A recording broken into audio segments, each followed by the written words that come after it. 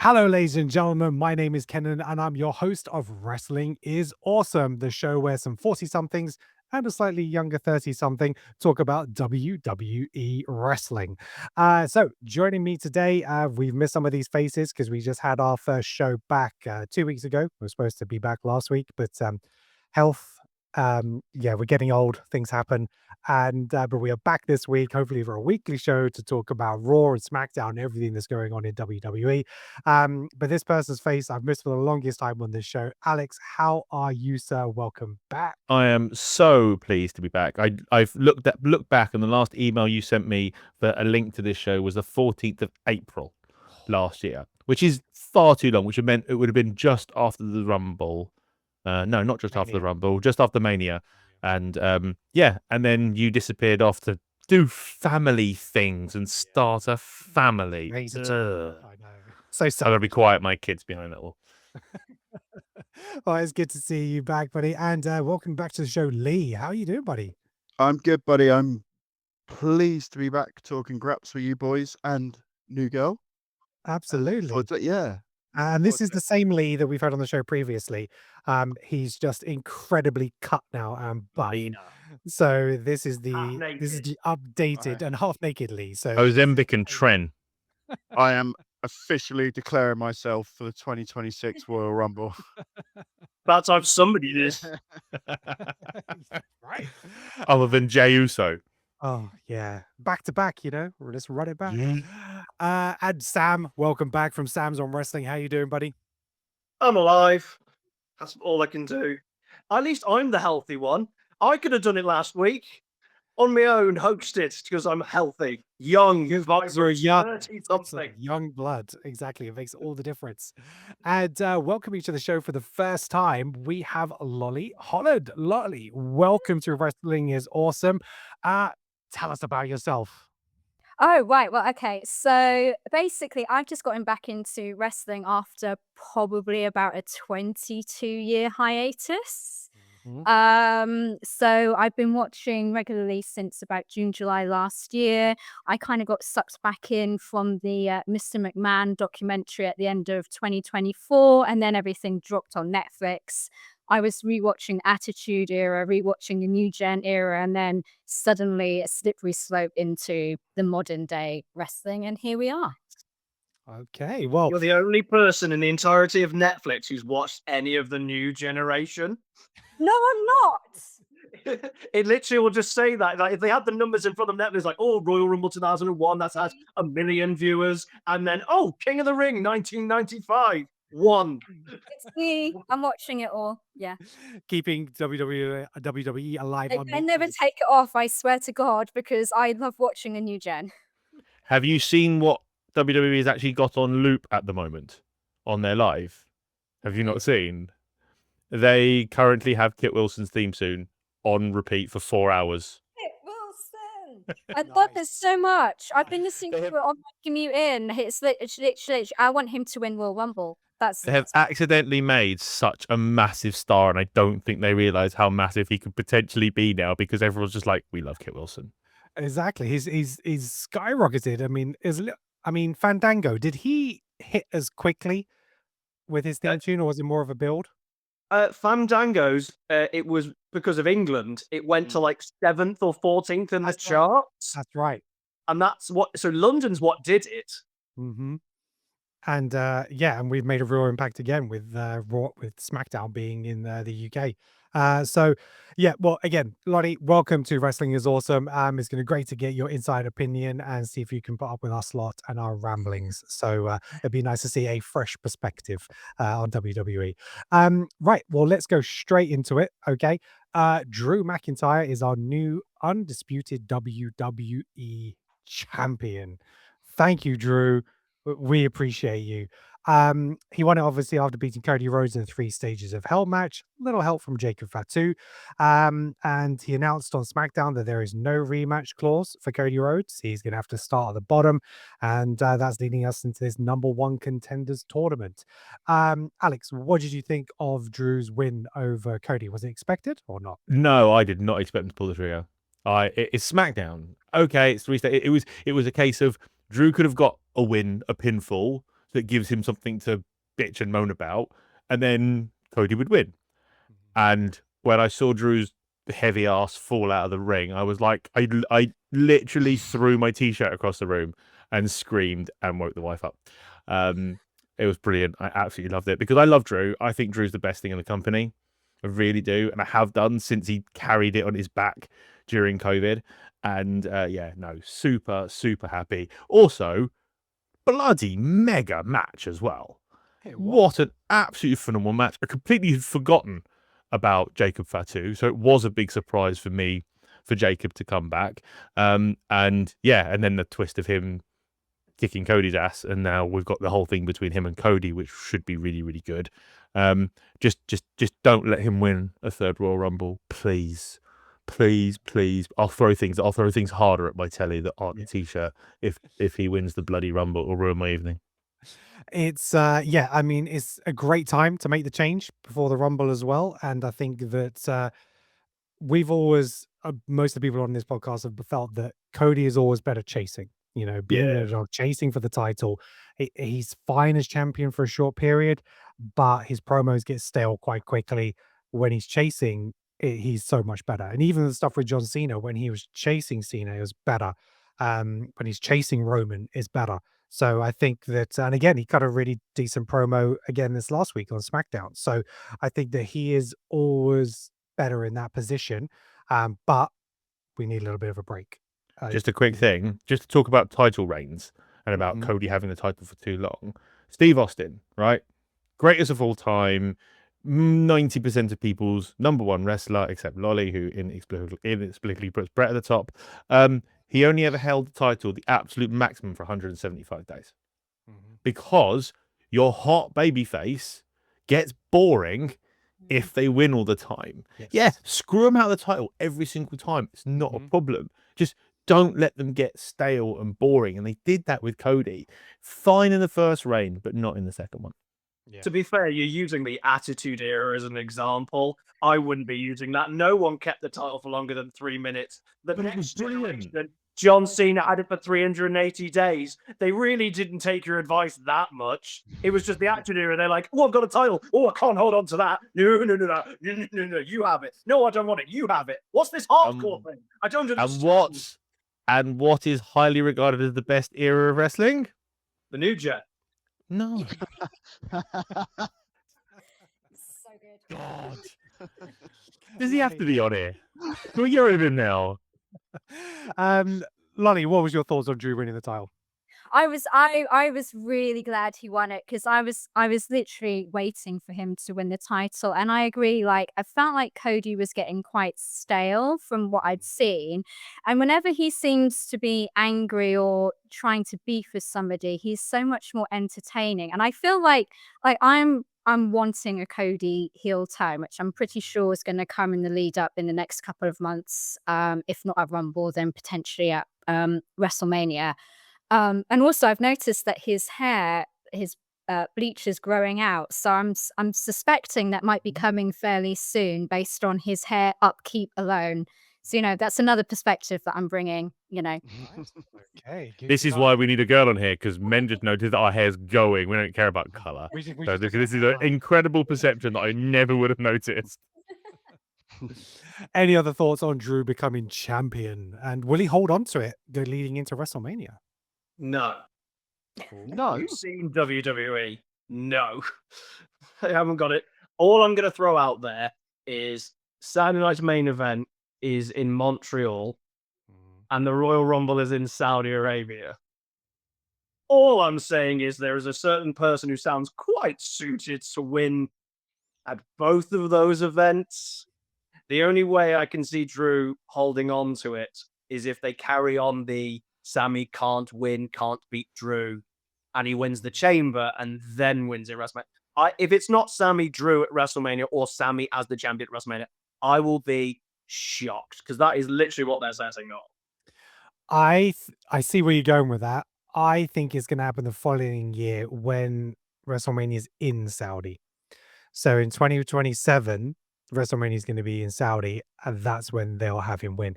If they did it this year, it's just a repeat of the Intercontinental title chase, you know, against Gunther. So that's where I feel happen. Even though the Royal Rumble is this January, I don't think it's going to be him. I think it's going to be someone like Roman or something like that. Because Triple H uh, never repeats things, does he? Triple H never repeats no, things. no, Never. No, heaven forfend. He's always He hasn't got everything one new. play. no. Talking about WrestleMania, just very briefly, did you notice how Cody was starting to lose the crowd in his promo and then mentioned Royal Rumble in London and the whole crowd went crazy and he won it back and then the promo got much better? Yeah. Very clever from Cody. Oh, will it happen in our lifetime? We shall see. Okay, so let's talk about this number one contender tournament. So we had 4 matches on SmackDown for the participants to go into a fatal 4-way match at this Saturday night's main event. And that winner will go on to face Drew McIntyre at the Royal Rumble for the WWE Championship. So we had Randy Orton defeating The Miz. The first time they've had a one-on-one match in almost 10 years. We had Trick Williams defeating Matt Cardona. We had Damian Priest defeating Solo Sikoa, and Sami Zayn defeating Ilya Dragunov. With following some vicious blows. There were some real heavy hits in that match. And then Trick Williams came out to beat down Sami Zayn afterwards to make a statement. Was there any surprises in any of those matches for anyone about who was going to go into the fatal 4-way? Because I predicted all 4 winners. To me, there wasn't any surprises. Sam, was there anything for you? No, not really, to be honest. This was the 4 I predicted. The only one that I thought had any doubt was Ilya Sami to continue a story of Sami can't get it done or whatever, but they were always going to have Sami in Montreal. That was never not going to be a thing. I thought they were all pretty obvious, but sometimes that's fine in the grand scheme of things. Sometimes that's okay. And I think for this situation, that's the fatal 4-way I would have wanted maybe from matches. So I'm not massively displeased that they were kind of obvious, as long as they were all good matches, and 2 of them I thought were very, very good matches. So I was happy that they were predictable. Sometimes predictability's fine, not every time, but it's all right. All right. Lee, what were your thoughts on the Fatal 4 participants now for Saturday night? Did the right people win? Yeah, they did. I think familiarity is comforting sometimes, and yeah, we know we've got a good match coming up on Saturday. I think you possibly could have swapped Trick, and he did wrestle Matt Cardona, didn't he? Yeah. Matt wouldn't have looked out of place in that match because I don't think Trick's winning. I don't think anyone but Sami's winning that, sadly. I don't see Sami Zayn as a top title contender at all. I don't get it. But would you have seen Kofi Kingston as a top title? Yeah. This is I think what we're going towards, which is he's having his dues paid to him. Kofi had that natural momentum behind him to take him towards that main event, that match at WrestleMania. It was definitely wanted by the audience, wasn't it? Yeah, This seemed forced. Yeah, I don't care that his son asked him when's he going to win the title or whatever. Yawn. He's repeating the same shtick quite often now, isn't he? And so I guess it's just a case of, from my point of view, it's almost a feeling of inevitability that he's going to do it, but therefore it doesn't excite me because he keeps going on banging on about it. So, I mean, he can win it in other ways. I don't think Sami should be a Rumble winner and then a championship winner. He can potentially go in another way, but is this the opportunity then? You just can't take it off Drew this quickly. You can't give him Could Kevin Owens come back and screw Drew? Is he nowhere near screw Sami? Is he nowhere near coming back? It's supposedly meant to be a long neck injury, if at all. That's the worry. It's really That was awful. I think at first they were even thinking it might be potentially 2 years, but it was definitely meant to miss 2 Manias. But you never know with these people and the numbers that they throw out. Sometimes they throw out incorrect numbers, or sometimes people recover faster. They do more physio and stuff like that. So you never know, but I wouldn't exactly be expecting or waiting on a Kevin return. Okay. What about his Seth Rollins return? He will be fit for WrestleMania. He will be fine. That's why anyone who's predicted Braun Breaker might win the Rumble, I just think is just not correct. Seth will return. They're not going to tell Seth, no, you miss Mania. You go look after Rebel. You be fine. You have a sit down, and we'll. Seth's not doing that. He'll be like, I'm back in February. I've stopped eating cake. let's go and have a match with Bron Breakker. That's clearly what it will be. Yeah, So- I think so. Lottie, you were at SmackDown in I London, was. weren't you? So tell us about it and what was the crowd's reaction to these matches? It was really good. So this is my first WWE event that I went to, which makes up for the time that my mum spent hours on the phone trying to get tickets for, I think it was Insurrection, somewhere up near, wherever that was, somewhere up north. Somewhere. I was at Insurrection. Yes, You took my ticket, god damn it. I did, and I had a great time. I'm sure you did. So this made up for it, and it was brilliant. So it was at the OVO Arena, so it's a slightly smaller arena. So I was kind of up quite high, but I had a fantastic view of like the entrance and the ring, so I couldn't complain about the view at all. And the crowd were really, really into it. So from being their perspective, I think the best match out of the four was probably Trick Williams, Matt Cardona for me. And oh my gosh, I mean, Trick Williams is so over at the moment. The whole arena, he had the biggest pop. I'm not sure how it came across on TV, but the whole stadium was incredibly loud. Like he's definitely got all of that momentum behind him. It was brilliant. On that, I commented in our group. I said that's the biggest pop for a new star that I've heard in a very, very long time. WWE needs to realize what they have with Trick Williams and capitalize on it. Yeah, There are some people who are big stars on NXT, and there are some people who are going to be big stars on a main roster. He is the example of bigger on a main roster than he is going to be on NXT. He just looked $1 million, can cut a great promo, great in the ring. You're just very much like, let's put a mid-card title on you. Let's have you win through for 6 months and then just go, because he is awesome. And you're right, Lolly, it came across on telly. It came across on TV that he was the loud one. Yeah, and he seemed like really in control in the ring as well. And just like I know, obviously, I've only started kind of watching this from like June, July last year. So for me, like Matt Cardona is like an unknown entity essentially for me, and just somebody coming in from the get go, I just don't get the hype around him at all.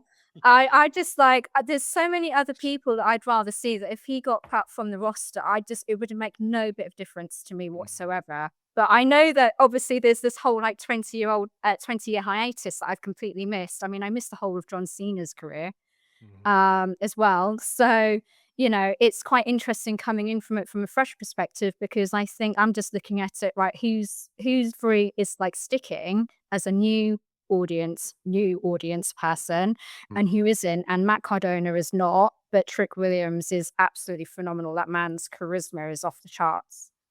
Right, Matt Cardona. So once For me, Matt Cardona. Matt Cardona. Let me just give you a little rundown so you know who Matt Cardona is. I bet we're going to say a similar thing. He had a girlfriend called Eve Torres.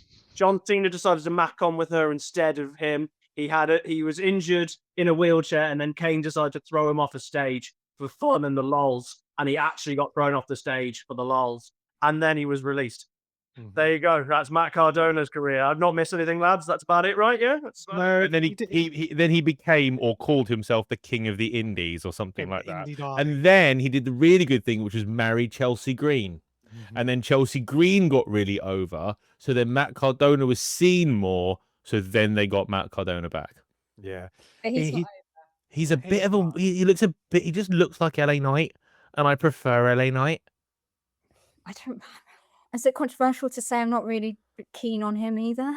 No, I understand why people aren't keen on it. I understand why. I just think he's funny. I like him. he's got a good catchphrase, but yeah, I actually just watched episode 3 of Unreal season 2. And, already? Yeah, already. And you can't get on a podcast, but you can watch 3 episodes of a TV show that's just come out. It happened today. They literally dropped today, and the 3rd episode is about the Money in the Bank, and basically Sam died. And LA Knight did a bit of a mess up on the final segment, and Triple H wasn't really happy with him at all and stuff like that. So you can see how some of the backstage politics play out. It's all anyone has talked about is Triple H bitching out LA Knight on social media. It's all people talked about. I don't need to watch Triple H bitch out a 45-year-old. I don't need that in my life. They could have just gone into it. That's not the finish we planned, mate. Could you remember it next time? Rather than him sitting down going, yeah, you've ruined your life. You've ruined everything. You've ruined Money in the Bank. I hate you. You're never going to get over. You're fair, it never wasn't going that to. I hard. may have paraphrased Yeah, slightly. slightly. It's just somebody getting told off by their boss. It It is. happens every day. Exactly. But also, thanks for the spoilers because I can't see that now. Yeah, cheers, guys. Yeah, only got to episode 2 Yeah. today. Yeah. Oh, Spoiler alert, Ellie and I didn't win Money in the Bank last year. Man, what are you doing?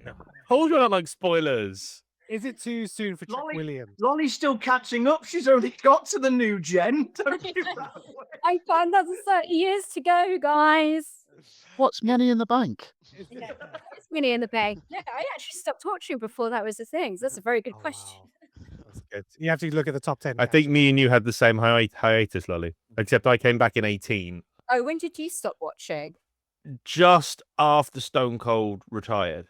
Oh, I So sort of when Angle started to get big, and then before Eddie Guerrero was big, was when I went out because I became a teenager and was able to drink alcohol and went out in the evenings. Yeah, and then I came back in 2018. PCR thing. Well, I remember when I stopped watching it, because it was Randy Orton's debut, and I just thought CBA when I saw him debut, and that was pretty much when I stopped watching it. No offense, Randy, if you're watching. Just mess avid viewer.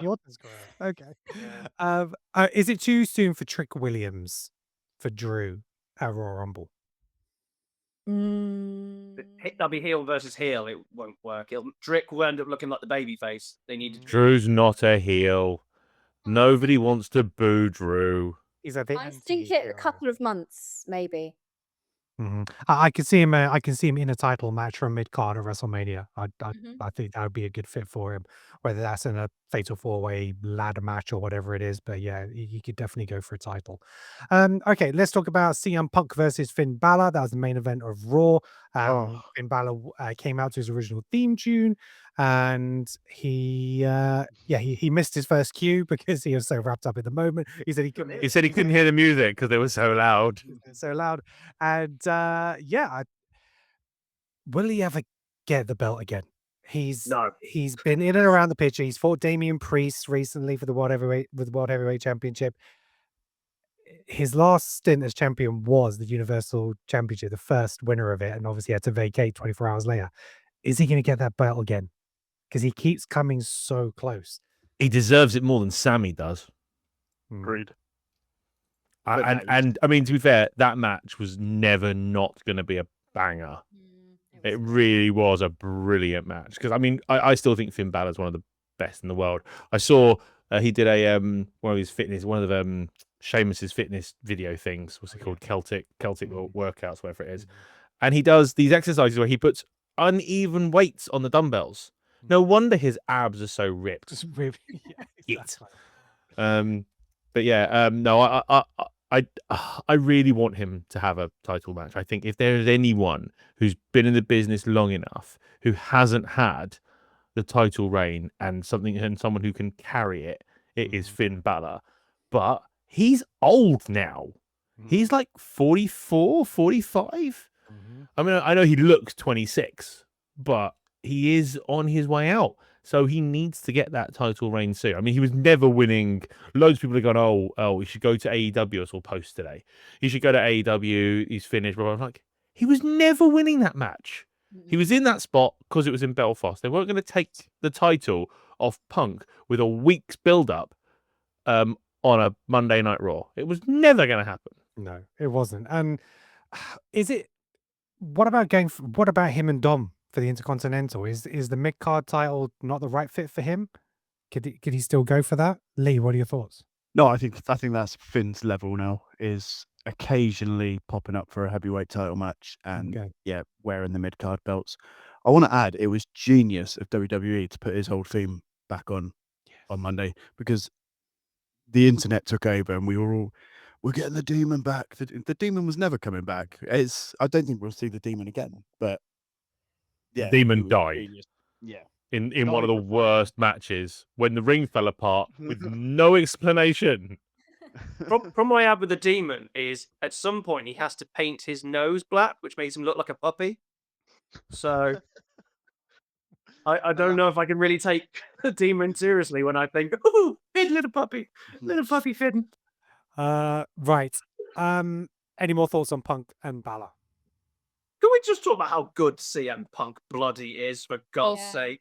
Every He's time a you think prick and I don't like him. gonna get old and gassed and not work, he then has another match which is great, and then another match which is great.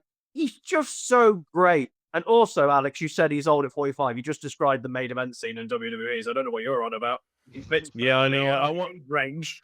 I want to drink from the fountain that lot are drinking from. But no, listen, I am not a CM Punk fan, mainly because I just think the guy's a bit of a knob. But he is a good promo, and he is doing better in the ring than I thought he would. He's not as good as I think he thinks he is. He's definitely not the best in the world.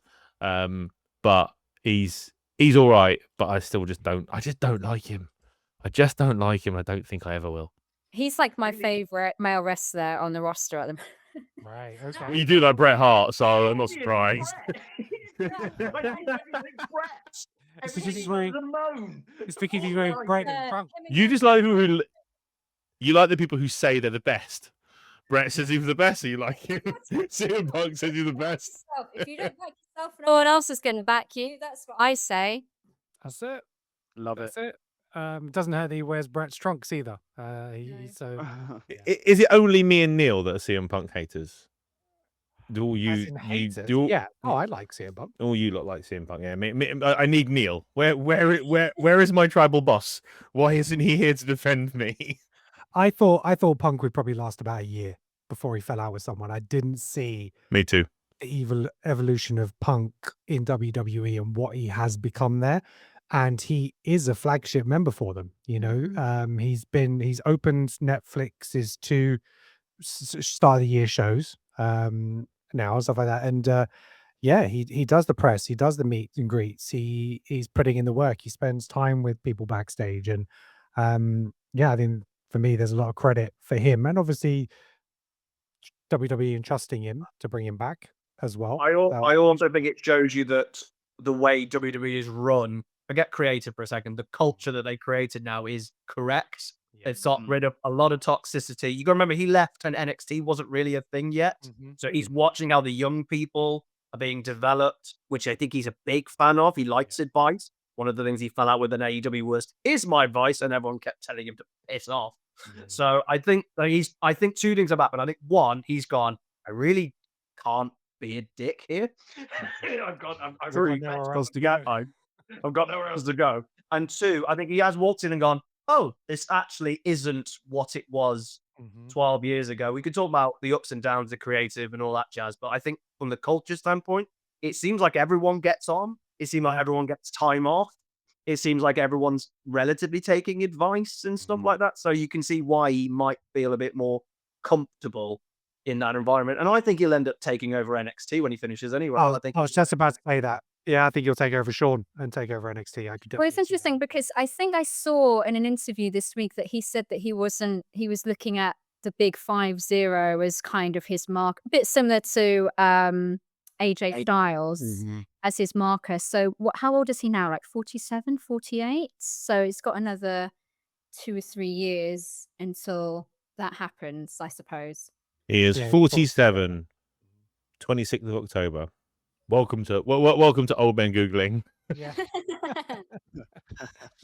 But no, that's a really good shout. So yeah, like another 2-3 years of Punk, and I think that'll probably be just about right. And then Gunther can take his career. So we've just mentioned AJ Styles, just mentioned Gunther. So let's talk about AJ and Gunther. Gunther come out to have a little brag about how he outsmarted AJ last week for tapping out when the referee didn't see it. And I'll ask you guys how you felt about that. I personally loved it because it showed that ring awareness, that ring smartness. He is the ring general. But then AJ comes out, or he declared for the Royal Rumble, didn't he? So first of all, he's declared for the Royal Rumble. So I think the second person, or third, because we had Cody, we've had Jay, and obviously Gunther came out to declare. Gunther came out to declare for the Royal Rumble. AJ Styles comes out and says, I want another rematch. I'm not going to leave it like that.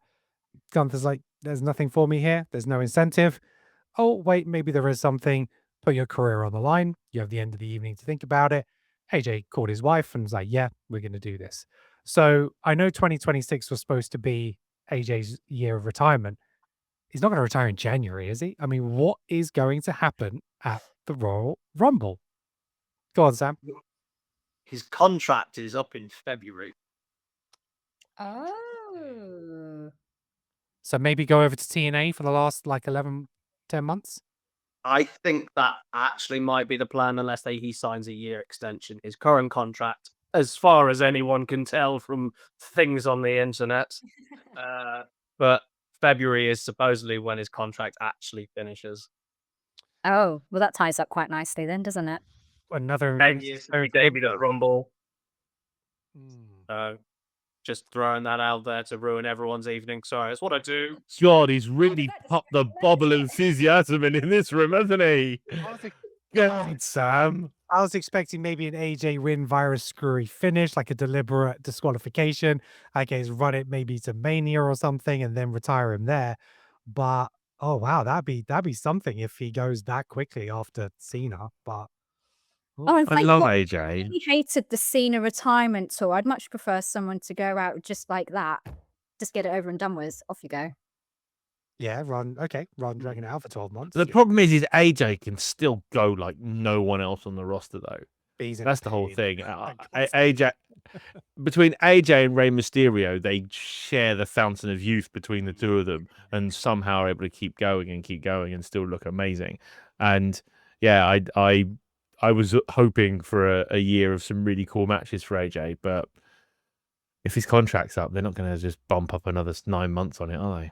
Well, I mean, they could do an extension for a year or something like that. I don't know, but I mean, unless you get into a position where Gunther does beat him and he looks like he does have to retire, but then AJ comes out and pulls Gunther out of the Royal Rumble because he does do double duty.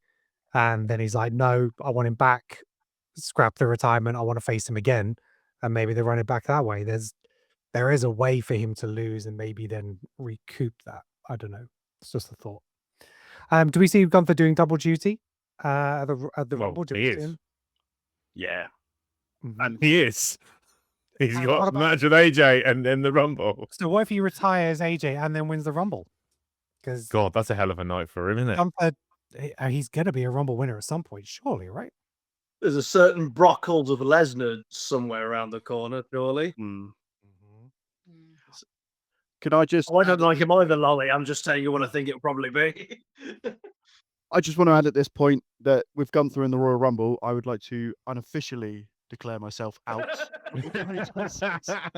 You will go over that top rope, Paul Heyman. You're in better shape than Punk. I mean, you might as well go for it. Yeah, Punk has to wear a t-shirt. You don't. I like this podcast. Comes on flexing. Yeah. I don't think this is Gunther's year, mainly because of where the Rumble's being held. I think we can have one or two. The Saudis want Cody or Roman, I think, winning that. Not... Yeah, I'd agree. Yeah. I'd be better off with Roman than Cody. I think just- it'll be Roman. I think Cody winning a third is not great. I really believe the Steve Austin thing should stand for like ever. Do you How think many- that the Rumble is where Cody's going to heel turn? Is someone going to cost him that third? Not It's yet. hard to turn heel in a Rumble. To do a convincing heel turn in a Rumble, that's very difficult. How many hasn't Roman won 2 previously? He's just won the one he got booed at, right? He said that wasn't runners up. That's why. Yeah, that's He's yeah. always in the final two, isn't he? Is that why he's always doing that? Yeah, one Rumble. Just one Rumble. That's brilliant. Love that. Right. Yeah, I mean, I think with his schedule, I think winning the Rumble and then not having to appear again into WrestleMania suits him perfectly. So I think, yeah, I think I can see it being Roman this year. But we'll come on to WrestleMania predictions on another show. Let's talk about the United States Open Challenge. We had Carmelo Hayes defeating Leon Slater, TNA X Division champion. What do we guys think of that match? Oh my God, that was amazing to see live. What an absolutely phenomenal match that was. I was just like, I didn't record anything. I was like locked in In the on that. zone. It was brilliant. Can I rant at the IWC for a second on this match? Just for a quick second. Everyone was moaning that he wasn't at the TNA show and that he was on SmackDown instead. They had visa issues. They couldn't get into the countries and stuff. So they went, go and be on SmackDown instead. And here's some WWE guys like Joe Hendry and things. So shut up. WWE didn't steal TNA people and stick them on SmackDown. They couldn't go to TNA and WWE helped them. Shut up, you idiot. Anyway, really good match. I really enjoyed it. It was really good. How were they that in sync with each other? They would have never been in the same across each other. Surely. I think Wow. I think Mello is one of the most underrated talents in the entire sport. He does not have bad matches ever, with anyone. He is absolutely phenomenal. He's actually what I wanted Ricochet to be. Ricochet had all the talent in the ring, and then none of the charisma that Mello has. And yeah, Mello is just phenomenal and very quickly becoming one of my favorite wrestlers. I mean, that's best of 7 series ever with Andrade was Oh magic. God, that. yeah. And his matches with Ilya Dragunov as well. Oh, They yeah. were just phenomenal. And if he didn't have the Absolutely. title, I would have liked to see in the best of 7 with Leon Slayer. I'd be like, yeah, let's keep going. Let's keep going. But I mean, all we do is have Leon Slater, Mello, and Ilya Dragunov just on repeat multiple times a night. It would just be awesome. What if we had some title swaps? What if we had one of them become double champion? What if Leon Slayer took the United States Championship and then eventually, come allowed to win it back? Because we've had NXT superstars win TNA championships. What if TNA? Don't be silly. WWE is not going to let a non-WWE star have their title. They'll take the titles of the companies that they are in cahoots with and be like, yes, you will give them to us. You'll give us the title. We will look after them for periodic times. But no, you can't borrow from us. Okay. Yeah, no, not going to happen. Right now, WWE have so many good in-ring workers. I would be sat there and go, when was the most successful time in SmackDown history? And ironically, it wasn't the Attitude Era, it was 2002's Ruthless Aggression era. But the SmackDown 6 was really probably their most best work. SmackDown wasn't really around in the Attitude Era, Sam. It debuted in 99, so I don't know what you're on about. It's the end of the Attitude Era. It's the end of it. But anyway, they... Yeah, exactly. I got one right over. I would just build this mid cards of these guys just having match after match after match over and over and over again, because quite frankly, people are not going to get bored of it because there are only so many things that they can do that they would get bored of. Yeah. They are so creative in the ring. They do so many interesting things that aren't boring, and they all sell. Yeah, this magical thing. Yeah, they do. And look at the tag team division on SmackDown. Up until recently, it was flying, and now the tag belts are on the wire 6, and it's kind of died a death. It's killed it. Yeah. I have a question for Sam. Actually, because I think you're the only person that watches NXT with any sort of history. Mello and Trick Williams, they have massive NXT history, don't they? I believe so. Yeah. Yeah. So I'm like, that is something that would be cool to come back to the main roster and have them. Maybe Trick takes the title off of Carmelo Hayes. That's what I would do at Mania. I would do a triple threat with Ilya Dragunov with those three. That's what I would generally do at Mania. Oh my God, that'd be amazing. That would be match of the night. That would be an incredible match. Watching, write that shit down. Mello and Trick for Lolly. Mello and Trick were Diesel and HBK vibes in NXT. Trick was this great big unit. Mello was sort of your front man. He went and won the NXT title first, and then they sort of turned and had some great matches. Honestly, go back and watch them if they're on Netflix.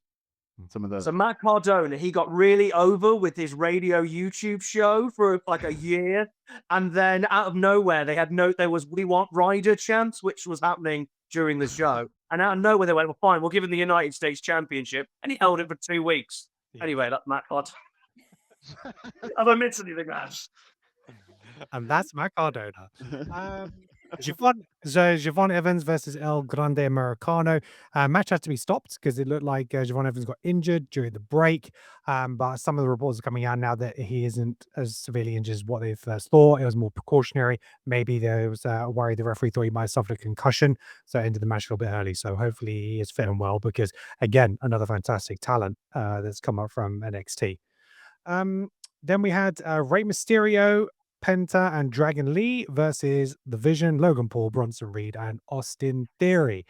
Adam Pearce obviously wanted to be by ringside to look out for shenanigans. They did come about. Logan Paul got out the brass knuckles, tried to give them to Austin Theory. Adam Pearce confiscated them, but with his altercation with Paul Heyman, he left him on the ring. And that dirty little cheat, Rey Mysterio, got the brass knuckles and took out Austin Theory. That deadbeat.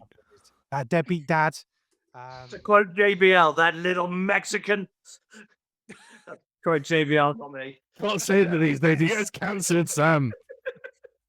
JBL, not me. That could be clipped very badly. So thoughts on this 6-man tag match? Lolly, what do you think? I really enjoyed it. I thought it was great. I don't like Logan Paul, so I won't beat around the bush around him.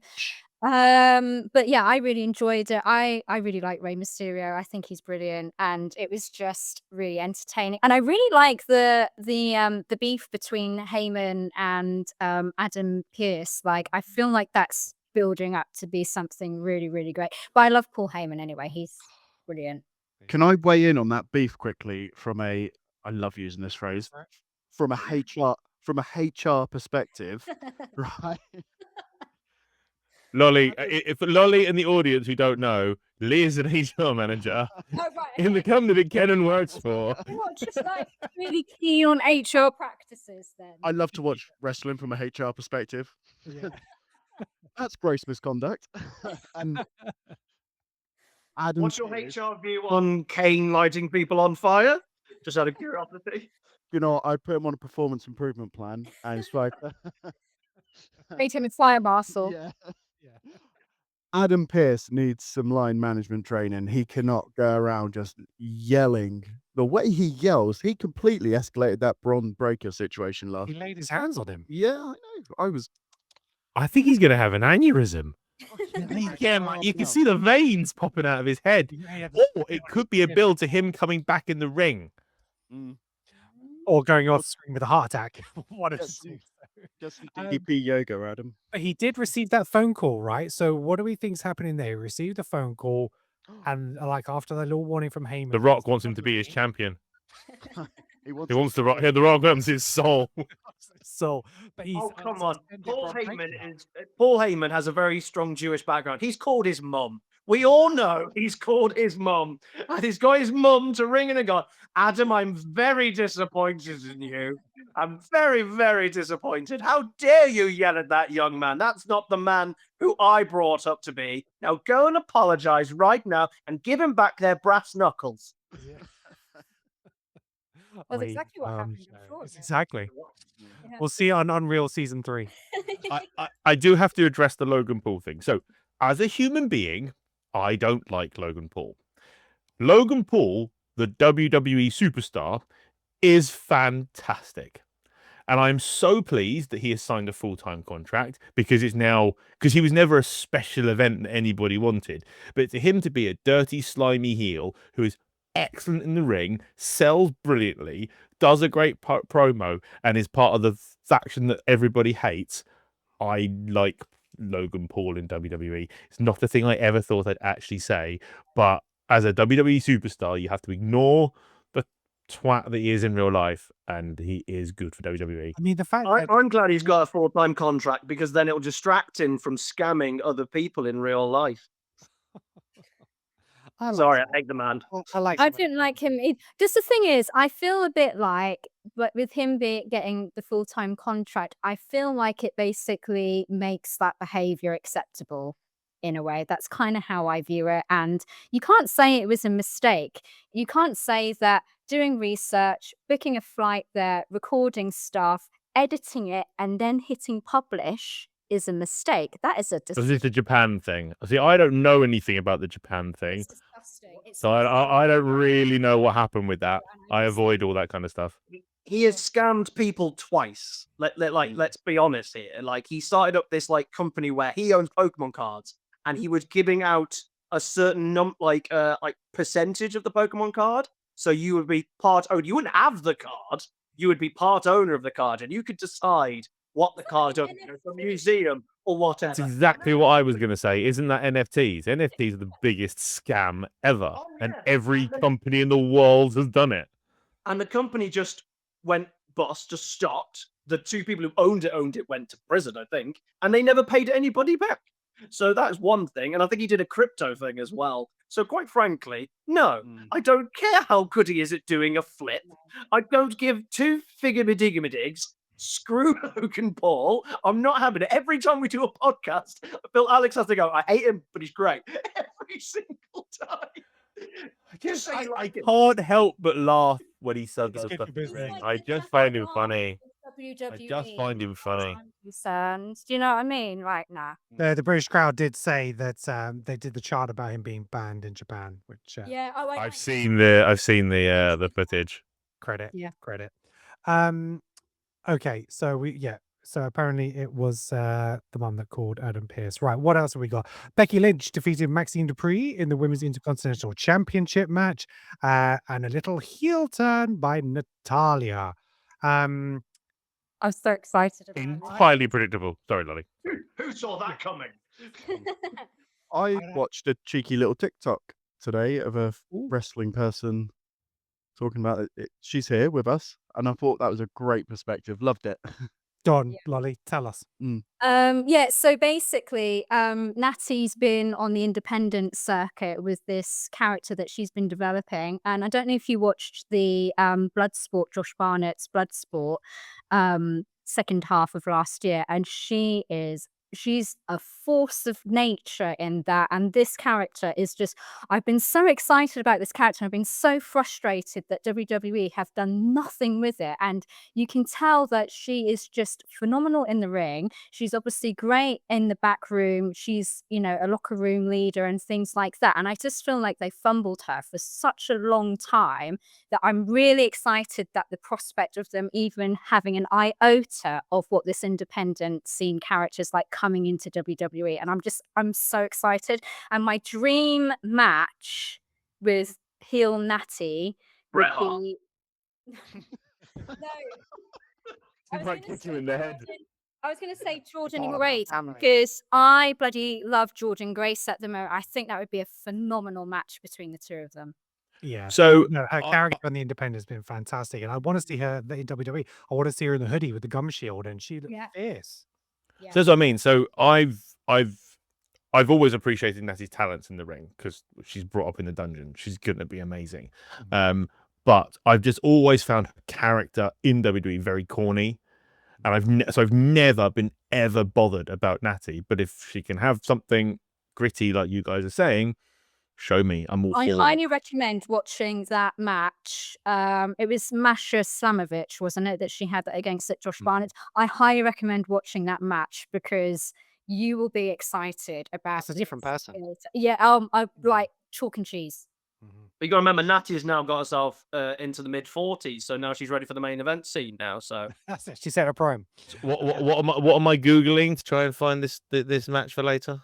So it's Josh Barnett's Bloodsport. I can't remember. Was it like September, Yeah. October last year? she's done a few things on Bloodsport. She did one at WrestleMania weekend, and then she Yeah. did another one. If you type in Natalia Bloodsport, you'll probably find it via that.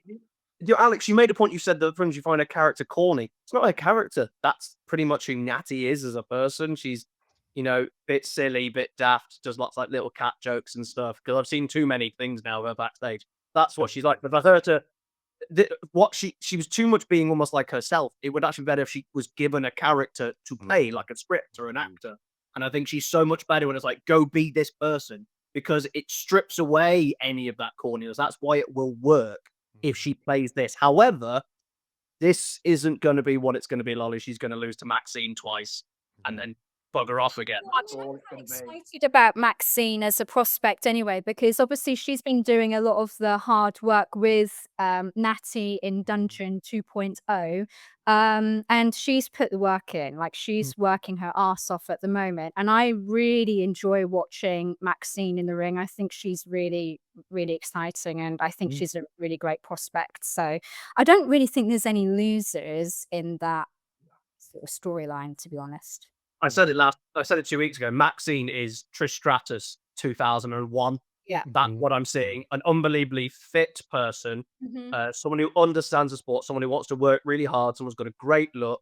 Her promos will get better if you compare it to what it was 2 years ago to now. It's night and day. I wouldn't exactly say she's amazing at a promo, but it's already a billion times better.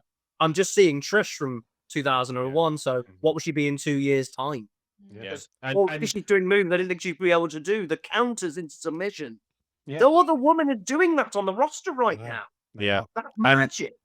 And pairing her with the heel Becky that we have at the moment was a masterstroke. Yeah. Becky's been phenomenal this year. I listened to you guys doing the season review, and I totally agreed when you guys put Becky over so much, because she has been fantastic. They keep calling it Becky Hogan, which I think is bollocks.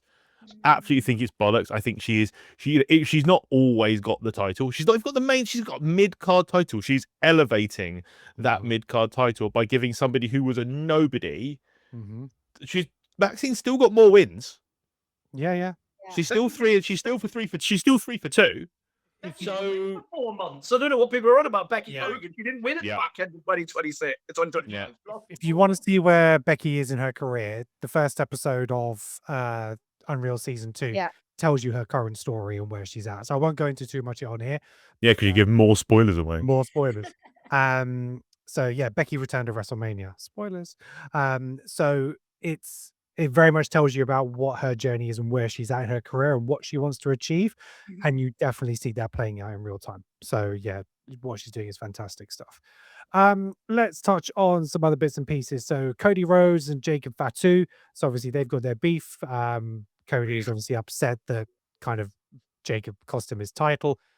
Jacob's just like, I'll fight anyone, I don't care. We still haven't been given a clear indication of who attacked him. And I don't think it's going to be Cody or Drew. I think it will be somebody else. It's going to be Zilla. The next fall. So that'll be the next feud. But we're going to see them at Saturday night main event. Any comments on Cody and Jacob Fatu? Looking forward to it. I think it's going to be a banger, because it's going to be a violent match. And you've seen not heel turn, but you've seen, and you're starting to see angry, pissed off Cody come out, and that works against the character that is the nutcase that is Jacob Fatu. And that match is going to be insane, and I'm here for it. As long as it doesn't end up with Cody having another freaking title, I will love it.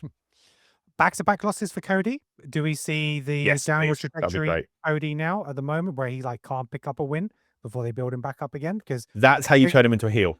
Yeah, because to bring Jacob in for his return and then have him lose straight away kind of seems pointless. It's not that they won't do it, because the way they've handled Solo, but thoughts? Neither's losing. I agree with Sam.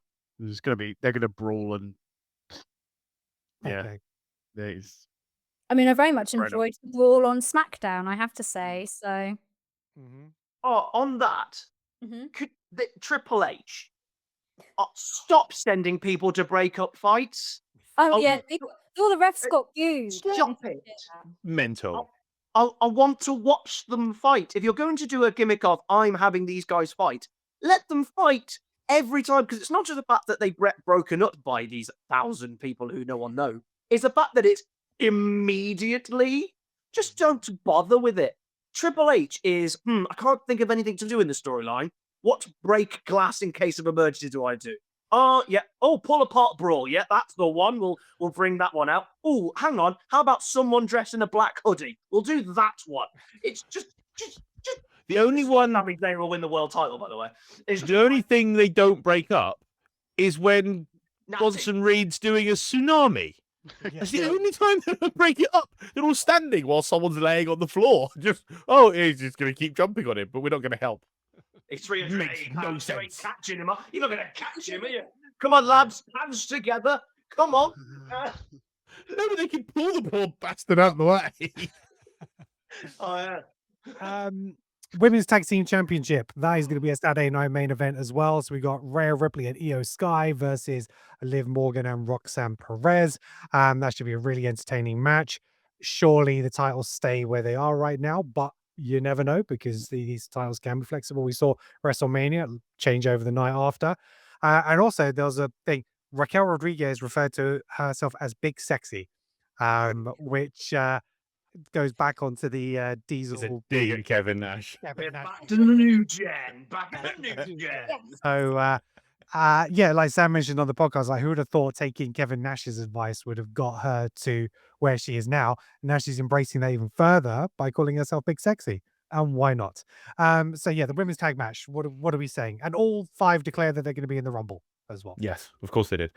So first of all, watching with my wife, she's getting very annoyed that she knows all the theme tunes now. I've been drilling my children on wrestling theme tunes. My wife, who doesn't want to have any interest in wrestling, now finds herself interested in wrestling, and then heard Io and Rhea call themselves Rio, and she's like, "Oh, I love that." I'm like, and I looked at her and smiled, and she went, "Go away." So Hang on. Before you go, how do you know all the theme tunes? I only know 3 of them, and 2 of them are Kit Wilson. How do you know that many theme tunes? because I have a playlist that plays in my car, and I test my children on them. But they're all the same song. Yeah. It's a lot of the my 7-year-old can do basically all the words of the DX theme tune. That is me parenting complete. Because Isla knows it all. Each one's theme tune now is Kit Wilson, so you don't need any ideas. Yeah. So no, absolutely loving it. I'm slightly in love with Roxy and Liv as a tag team. It's As a tag brilliant, and I love it. And then I just everyone thinks the first ones to fall out is going to be Charlotte and Alexa. It's not. It is going to be Rhea turning on Io, because remember, Rhea has never beaten Io Sky, and they're going to lose the titles at some point, not necessarily at main event. They're going to lose the titles at some point, and Rhea is going to do exactly what she did to Liv Morgan, and she is going to turn on Io, because they're never going to turn Io Sky heel, because firstly, probably the best wrestler, period, in the world is Io Sky. Absolutely adore her. And it's about time we start hating on Rhea again, because I think she's better as a heel. Rhea will accidentally eliminate Io from the Royal Rumble. Yeah. Good shot. Clip this now. That's what will happen. Or the other way around. No. They put Rhea over every time. Always Rhea. I actually thought that Liv might end up getting betrayed. I felt like they were kind of angling towards that. I think because Dom's injured again, so they can't play, because that's the card they're gonna play, isn't it? For my WrestleMania card predictions that we did over December, which are always wrong, which is always the fun of it. The match I predicted was Dom and Liv versus Roxanne and Finn in a mixed tag. And they are definitely hinting at Roxanne and Liv doing something, because Roxanne was like, "I'm going to win the titles for you," I think was said, unless I'm misremembering. And that's just screaming, well, you're getting pinned. Yeah, and Liv keeps referring to them as her titles, doesn't she? Yeah. So, yeah. But how good is the women's tag division? It's amazing.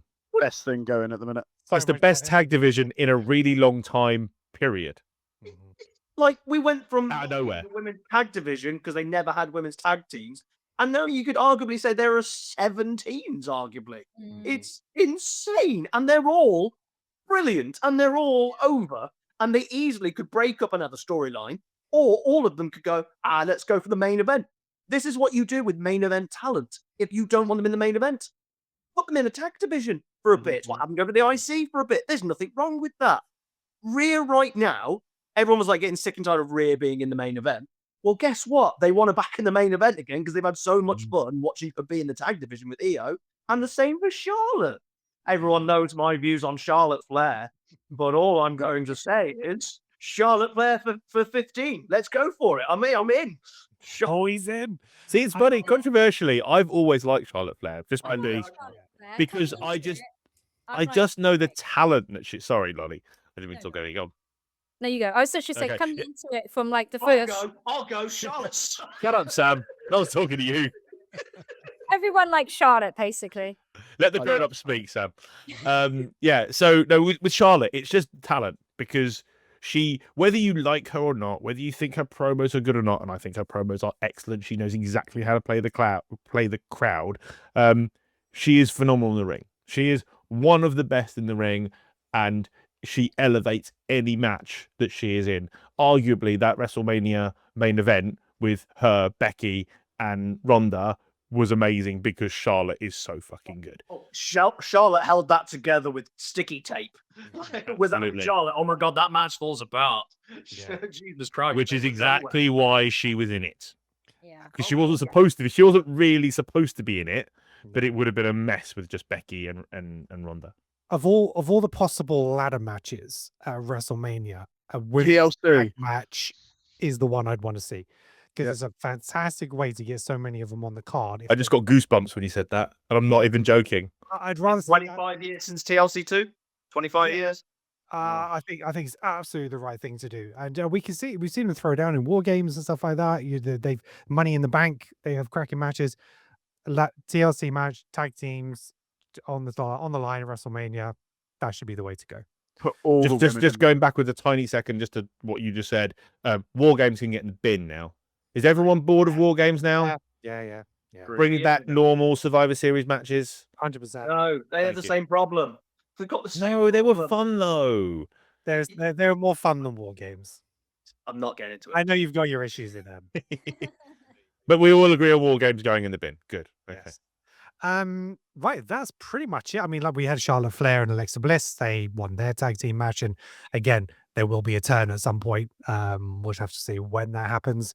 But yeah, that's all I wanted to talk about. So, is there anything else that you guys want to talk about from the last 9 months of wrestling? I guess. I tell you what, the interesting one actually, you kind of slightly glossed over is Julia. There's a definite push from Triple H to try and get Julia more focused because obviously I haven't heard you promo and stuff. Full SmackDown, I can tell you that much. Literally, like such a lackluster response from the crowd. It was a little bit. But the minute that she was in the ring with Alexa Bliss the other week, that they gave her a response because she was in there with a star. But she's been in there with like Mi Chin or having a 3-minute match with Chelsea, which is, Chelsea's strength is not wrestling. Let's be honest, that's not the strength. Julia's a wrestler, and now suddenly she's getting in the face of Nia Jax and Lash Legend. It's very interesting what their plan actually is with her because they clearly put a lot of stock into her and they're clearly really building. I want to know what the plan is Because she is phenomenal in the ring. But like a lot of the Japanese stars, they are phenomenal in the ring. Unfortunately, the problem where it falls down is the promos aren't good. And it's like, I swear, if I was a Japanese star, I would be getting elocution lessons. Because it just would elevate them so much more because most of us don't speak Japanese. So it sounds passionate and great. And, Shinsuke Nakamura had a big rant in his promo. Sounded great. No idea what he said. It's not like they don't transcribe it or translate it. So it's like, and it's frustrating because I understand it's difficult when you've got massive stars who are excellent, but they're not very good in English, so they have to do it in their own tongue. But it takes away from their potential stardom. We've got that all across the women's division right now. You've got probably 4 women right now whose English is their additional language. And all of them have been made to make promos. That's the weird thing about it. They've made Julia do promos a lot recently. They've made Stephanie Vaquer do a lot of promos recently. And she clearly is very nervous to do them. Is she genuinely injured? Yes. Yes. Yeah. She got bruised, like really badly bruised foot. And then on Raw, you had Asuka and Kairi Sane in a horrific backstage segment. It was What was that? When they do really their- bad. When they do their vignettes when they're speaking in their native tongue and they then subtitle them, they're brilliant. Yeah. And we need more of those for those characters. But doing the live promo, it doesn't work. What about the mouthpiece of the manager? Why do Yeah. we not have some women managers that can maybe be the mouthpiece for some of these? Well, managers have just died a death for some reason. Yeah. Yeah. I don't understand why. It's really confusing because, like, Julia's got Kiani James, but she's a wrestler, really. Mhm. So, you're just getting her on. And she's not been much of a mouthpiece either. No, they haven't given her a chance because she actually is very entertaining. The Mhm. problem is, every time she does talk for more than a minute and a half, she looks like she runs out of material. Because it looks like in her script, it's like just talk about how great Julie is and you want to sign other people, but never sign anybody else to this agency that you run for some reason. I don't know what the gimmick is.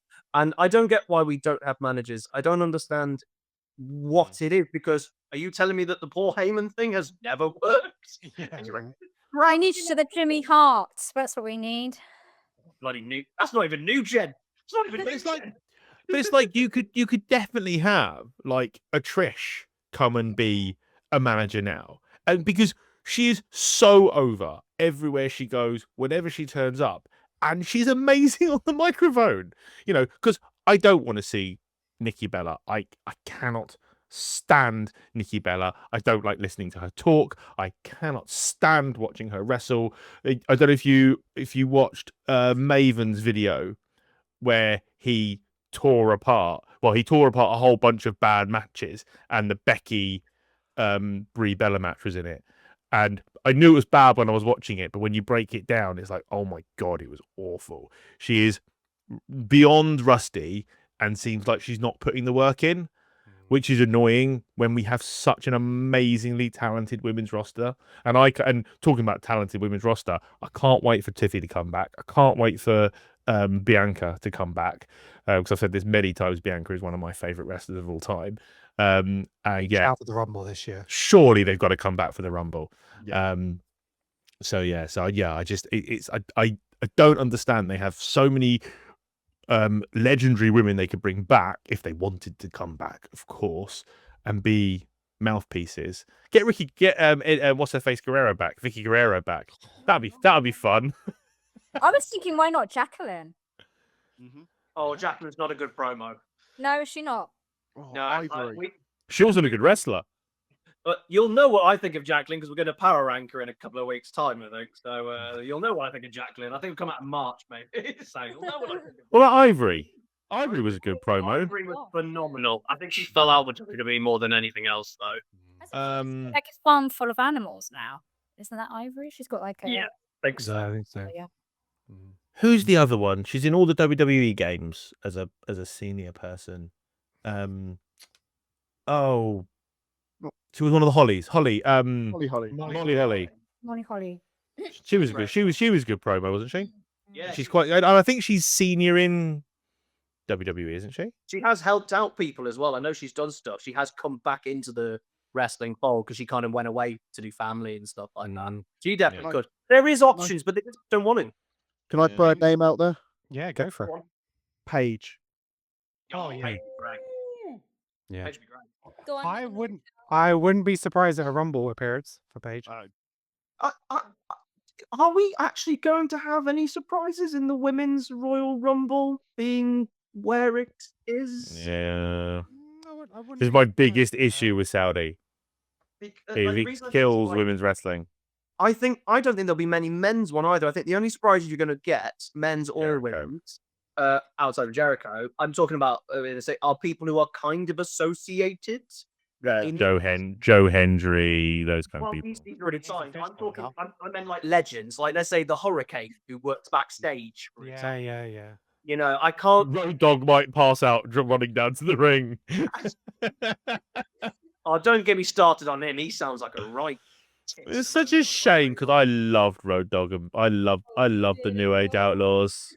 So literally the clip of Triple H going, so you're going to have Chelsea win the US title, but hasn't she beaten everyone? So what's the plan afterwards? And he's like, I don't know. Yeah. He's like, what? How? What? What do you mean you don't know? This is why I want Unreal to go away, because it makes me even more cross. Anyway. You feel, and kind of me as well. You feel about Unreal like I feel about Drive to Survive in Formula One. It just makes me cringe. I think Unreal though is a bit of a work, personally. Oh, There's definitely a work in there. Absolutely. So like, I don't know if you guys know, but in like we're going ages and ages back. There's a book called Fall Guys that was written in like 1936, 1937. It was meant to be like an expose. A book before I was born. I definitely have read it. Born, yeah. It was written by Brett. No. Like, you're the one that keeps bringing up his name. I'm just sat here. I'm talking about modern wrestling, Sam. Like you wanted, and you just mentioned a book from 1936.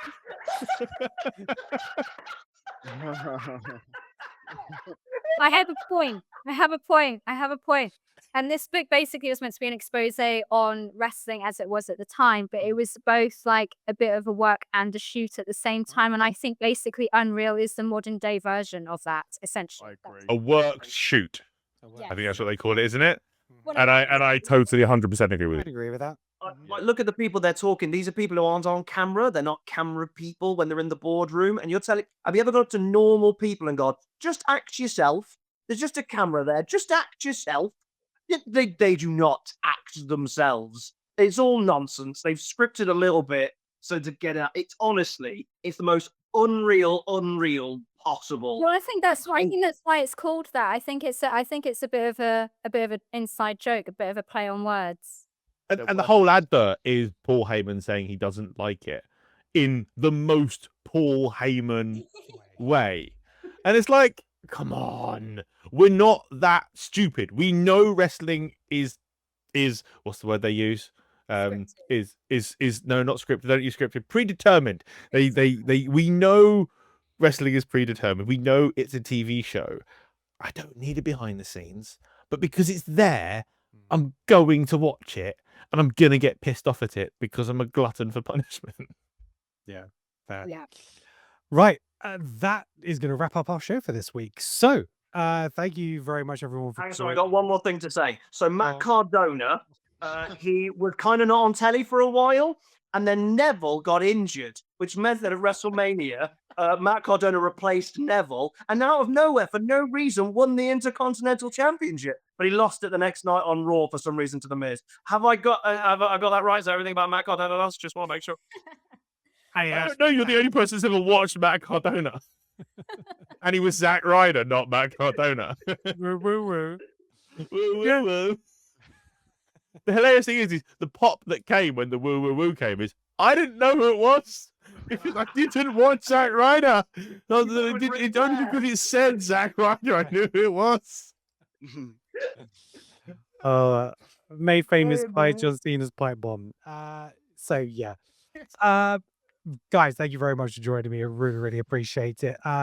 Alex, tell us what's going on in your world. There are some videos if you like motorsport on my YouTube channel, Alex Van Gene Racing.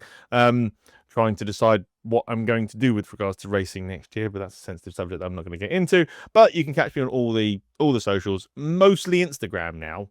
I know it says TikTok, X, and YouTube. X can get in the bin because it's just a cesspool of disgustingness. TikTok's all right. I like TikTok. I don't really make anything on there anymore. And if I do, it's usually just me being a moron. But yeah, no, YouTube if you want to go find anything about me or Instagram. However, if you want to watch me doing commentary, all this weekend I was doing pit lane reporting for a massive karting competition, all live on YouTube, which was great fun, which is called the BRKC. So if you go to BRKC on YouTube, you can go watch some great racing. To be fair, just skip to the end of every race and you get to see me stick microphones in the faces of drivers that have had bad races. And yeah, there's some real controversial, funny moments in there, just of me going, "Hey, you've had a bad race. Tell me how much you hated it." And then I get some funny responses. So yeah, that's what I've been up to, at least anyway. You should do that to Nikki Bella. She wouldn't know what to do with the microphone. I think she would. Sam, tell us about what you've been up to.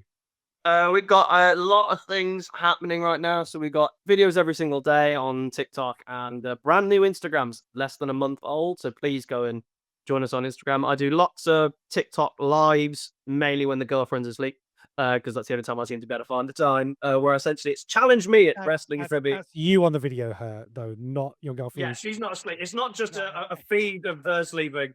Be a great ASMR, but I don't think that's what we're doing. So yeah, We are live in Big Brother. Please do not swear. Day 9 of watching a girl have a snuzz. Anyway, so we do lots of trivia live. So come on when I'm on live, take me on, throw some questions my way, and we have a giggle. And on YouTube, Sam's on Wrestling. We have a video every single Tuesday, Thursday, and Sunday at 6 p.m. We just had our video drop on the Tuesday, which was the good and the bad of the Royal Rumble, where we talk about what actually are the pros and cons of the Royal Rumble match. There are more cons than you realize. And on Sunday, we've got a massive power rankings. We're finally doing someone who isn't a mid-card or a jobber.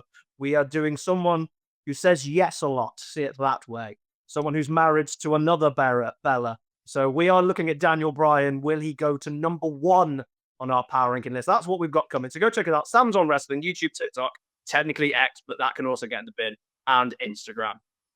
Yeah, I think everything I see of Sam's on X is just him telling people you're wrong, because there's just so many bad takes and opinions out there. It's just you're wrong, and like, yeah, and every single time he's absolutely correct in calling that person out. So yeah, well done. I've got to stop it. It's becoming a problem. All I do on X is retweets you. Because that's all my feed is, just retweet Sam. Yeah, he's got it right. He's got it. You've given me a second X account. And Lolly, tell us about you, where we can find you. Yep, you can find me on TikTok at It's Lolly Holland. I try to post every day, but if not, it's at least 3 or 4 times a week. It's usually musings, random quips about wrestling, and some breakdowns about the best wrestling era ever, new gen. So you can find me on there. I do have an Instagram as well, but I'm not posting very much on there at the moment because it seems to cut everything off after about 3 minutes, and my videos are a bit longer than that. Okay, great stuff. And Lee, what's going on with you? He's just in the gym. Yeah. He's Trent. Find me in the gym. Tomorrow's chest day. Tomorrow, and no, I don't have any other social media, so I don't do as much exciting stuff with you guys as you guys do. But I will be launching a HR investigation into Jade Cargill's current absence. I saw 80 days no title defenses. It's not on. That's not HR approved. No, We're gonna get her back in the ring. To be fair, the other day I forgot who both the women's title holders were, because that's how ineffective they have both been, which is a shame, because Jade is. But Jade is. I don't think she's injured, so I assume she's fit and ready to wrestle. She's a monster. She hasn't even got to be great in the ring. She can just lob people about, just chuck people at her, and just let her muller people every single week. And Stephanie Vaquer is just a weird one. She's good and she's amazing in the ring, but I just don't feel any aura about her, and it frustrates me. That's fair. I look forward to Steph's matches because I know it'll be a good match from a wrestling perspective, but that's it. That is it. I don't look forward to any stories or. They jumped the gun. They went too early. Far too early. Far too early. Yeah. All right. And for those of you watching, thank you very much for being here on YouTube. Make sure you hit that like and subscribe and hit that bell to get notified. And if you're listening to this podcast, whether it be on Apple, Spotify, Audible, wherever you get your podcast, we appreciate you. Make sure you drop us a follow and leave us a review, preferably 5 stars. If you're feeling generous. But yeah, we're on all the social media platforms. Hopefully I'm going to start posting a little bit more regularly on TikTok and stuff like that. Now I'm trying to find our rhythm again with the show, but we'll be dropping a new episode every week, probably on a Wednesday morning, and we're going to start doing our live streams starting this Saturday with Saturday Night Main Event, and we'll be back the following week for the Royal Rumble, which will be a delightful UK 7 p.m. time, I think it is. So nice and easy for our first PLE back for our live stream. And yeah, that's about it. So thank you very much for watching and listening. Thank you guys for participating in today's show. And until next time, peace out.